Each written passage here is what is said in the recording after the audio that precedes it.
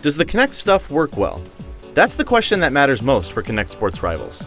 The sports, the leaderboards, it's all for nothing if the main motions of swinging a racket or scaling a cliff don't feel good. Fortunately, they do, most of the time. Kinect Sports Rivals' 6 games, from sharpshooting to wave racing, are fun and generally control well, but some, like soccer, trip over motion controls too often to forgive.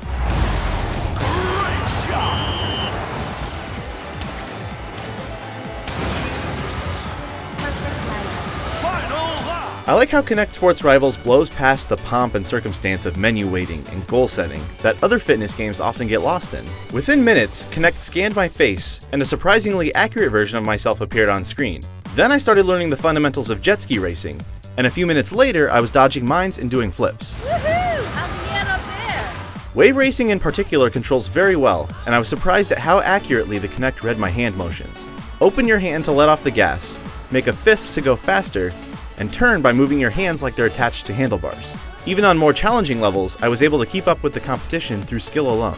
My personal favorite was the rock climbing game. The motion of reaching out to grab a ledge, closing my hand to grab, then pulling my hand down to my side to lift myself up is natural and easy to get a hang of. It sounds simple, and it is. Until the traps come. I encountered electrified grips, wind gusts, and AI competitors who grabbed my ankles and ripped me from the cliff. Of the 6 minigames, this one felt the most like its own thought-out game, and the Kinect was almost never frustrating.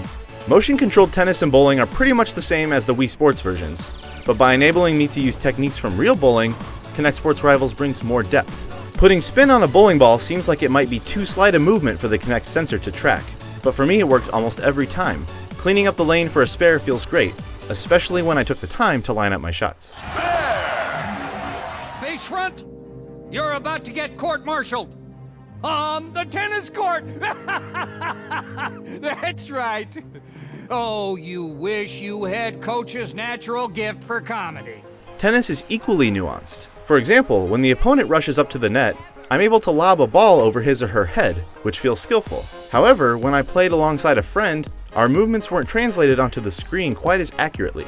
We had to start swinging a tad earlier than what felt natural. It just doesn't feel like the tech can handle multiple players with quite the same accuracy.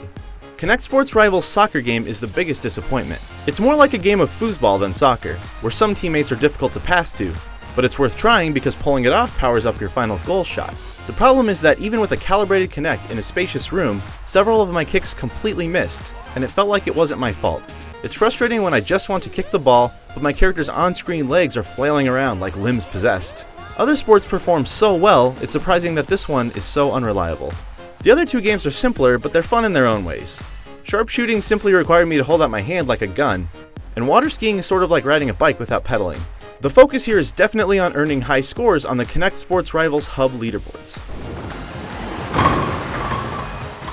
See, Father? The spirit is strong. Kinect Sports Rivals isn't the Kinect's killer app, but it comes closer than anything else I've played. The various games, aside from soccer, feel great to play and offer more control than I expected. And even though the challenge grows in later levels, I felt like I was able to maneuver through them without fighting the controls. For more on Kinect Sports Rivals, keep it right here on IGN. Down they go! Close to the finish!